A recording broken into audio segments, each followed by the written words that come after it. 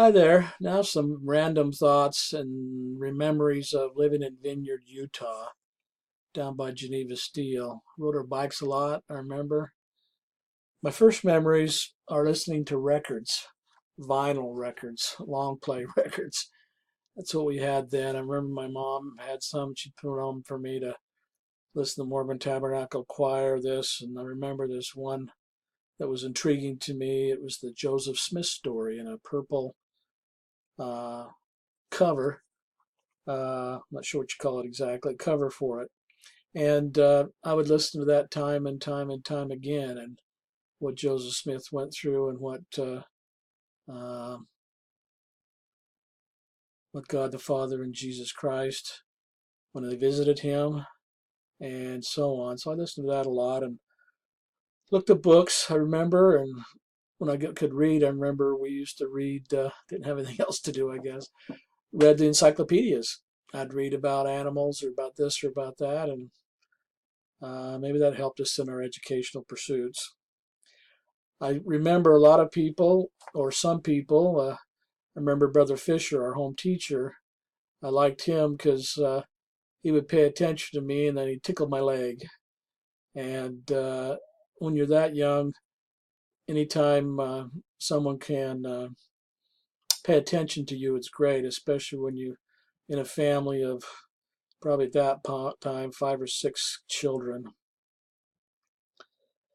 And we played a lot. Sports was a big thing. The Madsons next door and some other people. We'd play basketball at Morris Clegg's house. He was a dairy farmer.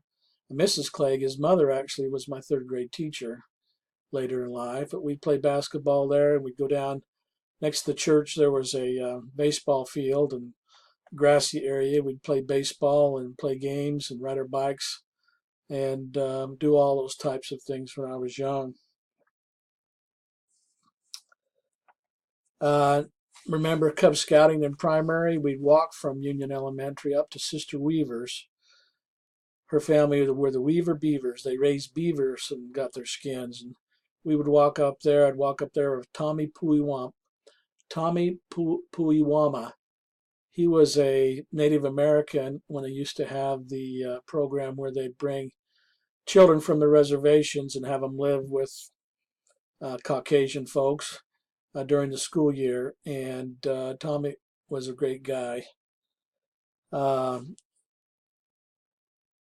One year, I think we must have been in fourth or fifth grade, we had a basketball team, and I played on the basketball team, and uh, I'm forgetting the names right now, but we played in a tournament up at Lincoln Junior High School, up on State Street in Orem there, and myself and Puiwama and Jim Mills, and who was the Allen kid? Anyway, it was a tough ball game. We were down by 1 point, and what was his first name?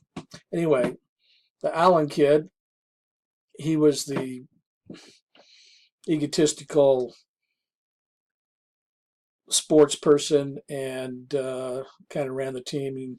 So we're coming down for the last shot. So he decides he's going to take the last shot. So he comes down, and somewhere around mid-quarter, way out there, he throws something up. And I'm looking at it. I'm down around the baseline, and it's going to be short. And so I go out there and under the basket and jump out of bounds. I'm in the air, catch the ball, and throw it up underhanded to Tommy Puiwama, who was underneath the basket, and he put it in, and we won the game.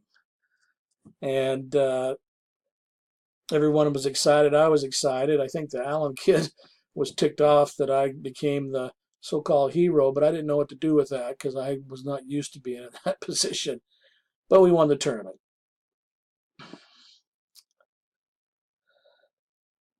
Let me see my other notes here. One thing back on honesty that I did before is that there was a little cafe, I guess, and had some candy there right next to Lincoln Elementary, and we walked by it as we went up to Cub Scouts, and all the boys, probably out the Allen kid, there were some packages of some things up on a vending machine right when you go out the door. So they started reaching up there and snagging a bag of something and then walking out the door, not paying for it. And they're egging everybody on, and so everybody's doing it. So one day I do it, and I felt really bad after that. But here's a lesson: the guy didn't come after us. He didn't turn us in, which he could have, I guess. He probably knew.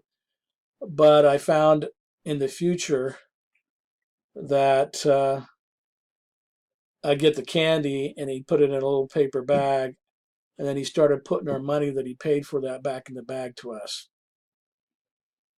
And that taught me to never steal from him again. Also liked in high school, I think we used to watch the Gemini, I believe it was Gemini space launches or other things in the TV in the gymnasium there. Well, it was much of the gymnasium. That's where we had Halloween. I remember Halloween and all the spooky things, and then have a spook alley and have some scary things. And one year they had a metal pipe. They said, hold on to that so you don't get lost. And then they turn on the electric fence and shock you. The first time it got you good and scared you a lot. Speaking of being scared, it must have been the age of Jack the Ripper shows or whatever. So my brother Blake, he was older than us. I think Stephen and I were in the bed, and he came downstairs, and in the light from the other room, in the shadow, he had a steak knife. And he was coming down and scaring us, and we were screaming and this and that and the other. And then just right when that was happening, he came down too hard and stabbed me right there in the shoulder right there. I still have the scar. It didn't get me in the heart right here. But man, I start screaming, and I remember him running upstairs with me, and I'm bleeding all over the place and going up there to mom and dad. And then my sister Kathy and her future husband Danny were dating, and Uncle Dan was there, and Kathy saw the blood, and she throws up, and then mom or dad takes me to the hospital, the emergency room, and gets sewed up. And the highlight of the evening is I came back, and Dan and Kathy were still there, and Dan gave me a dime. I thought that was the coolest thing of the night. He gave me a dime. One time in Cub Scouts, we made our own homemade kites, and we're going to have a contest. We actually went up on where they were building I-15 up by Utah Valley University there, and we were just on the dirt flying kites. And something I learned is that I says, well, I'll test out my kite, see how it's going. And so I'm testing it over the hay fields and alfalfa fields, half a mile from where we need to go across the railroad tracks.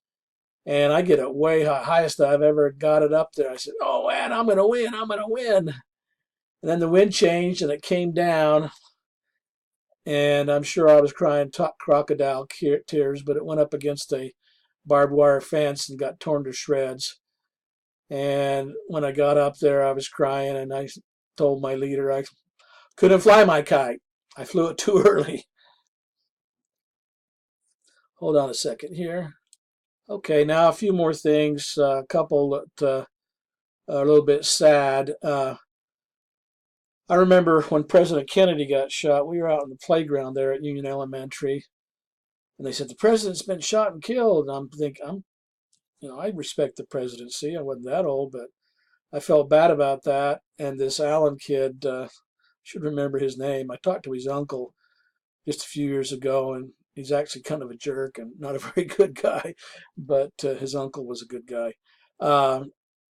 He goes, oh, I'm glad he's dead. I hate him. And that just shocked me that anyone would have that kind of animosity. But I learned later then, or maybe my mom and dad, they were ultra conservative Republicans, and of course Kennedy was a Democratic president. But still, that kind of surprised me that someone would be that callous. Then a experience that was sad, and I'm not sure how it affected me. I don't remember too much. But anyway, I've told this story before, but Mr. Dean was our bus driver, and he'd keep the kids from Lakeside, Lakeview.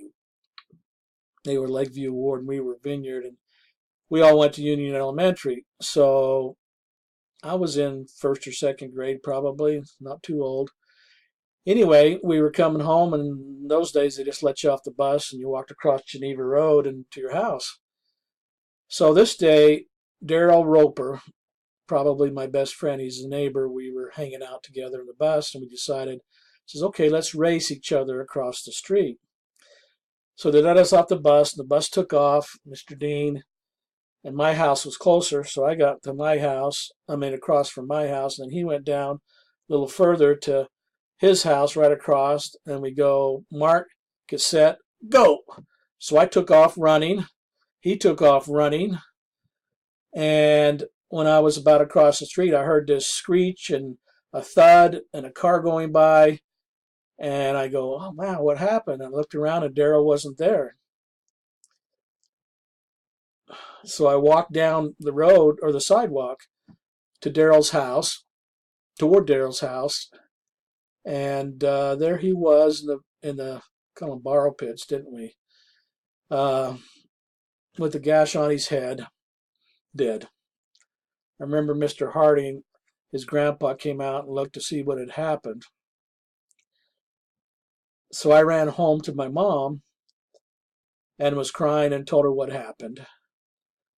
And I don't remember too much about the details. I do know that they told me that a doctor got permission to go extra fast to an emergency up in Salt Lake, and they didn't have the interstate. So he was going down there, and there was a turn there, and he came around the turn, and he was going so fast and hit Daryl. And he didn't stop. He didn't stop till he got down to, they said around our elementary school, which is about a mile and a half, 2 miles. Then came back, but I remember going to his funeral and Daryl there in the casket and his mom hugging me. And that was hard for them, I'm sure. My mom told me later that sometimes things come out. Why was it Daryl and not me? I don't know the answer to that question. Okay, a few lighthearted things here to the end. During Vineyard, I learned what girls were a little bit. Not very much, but you have these hot heartthrobs. You think you really like this girl or something, and you don't know what it's all about. But Lauralee Dean, no, it was Lauralee Taylor. It was Mr. Taylor. He was a bus driver's daughter. She was popular and kind of this and that and the other, and I thought I was in love with her. And and when our cousins came over, Dick Harmon and his brother, they get us to do silly things. So we were calling our girlfriends and hanging up, saying, "Is Laura Lee there?" And then say, "I love you," hang up. And so we did it like 3 or 4 times. And Mr. Taylor finally got on the phone and says, "All right, are you guys gonna stop doing this?" And I said, "Sure." But then he put Laura Lee on, and we says, "I love you." Anyway, silly games. Lastly, I was younger. I was locked myself in the bathroom, and it had the old kind of locks, and I couldn't figure it out or whatever. And they kept telling me to do this or that, and finally, I guess I got tired. I just fell asleep. But Dad, apparently, he worked at the Orem Geneva Drive-In, a drive-in theater. He was a projectionist. They got him to come from there, and he had to go through the outside window to come in and get me out of there. Anyway, such were the times in Vineyard. I might say more about them later, but this is kind of a long segment. Take care.